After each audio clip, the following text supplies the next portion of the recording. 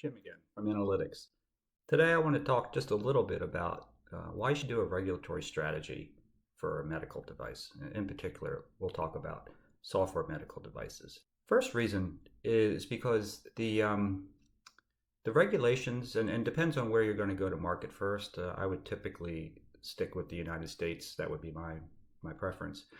But the regulatory landscape, and in particular for software medical devices, is evolving at a very quick pace.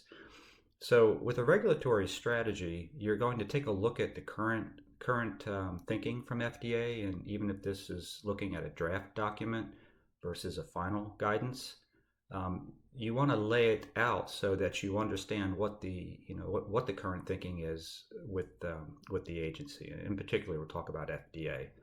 So with the regulatory strategy, you put all this down and you consider what the requirements are going to be for not only the product development, but also the regulatory documents that will need to be considered, as well as considering if the device is in fact a medical device or potentially falls into a general wellness low risk device category, or potentially even a higher risk medical device. So having that down on paper and understanding, is there a predicate device for it, or is it novel? Would it be possible that it would go the pathway of a de novo, which is for a medium risk device that does not have a clear predicate?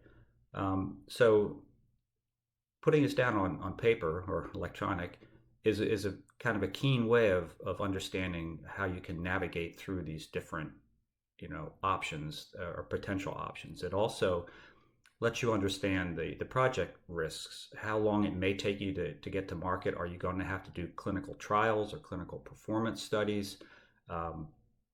Yeah, so you can build your design history to support a successful regulatory submission.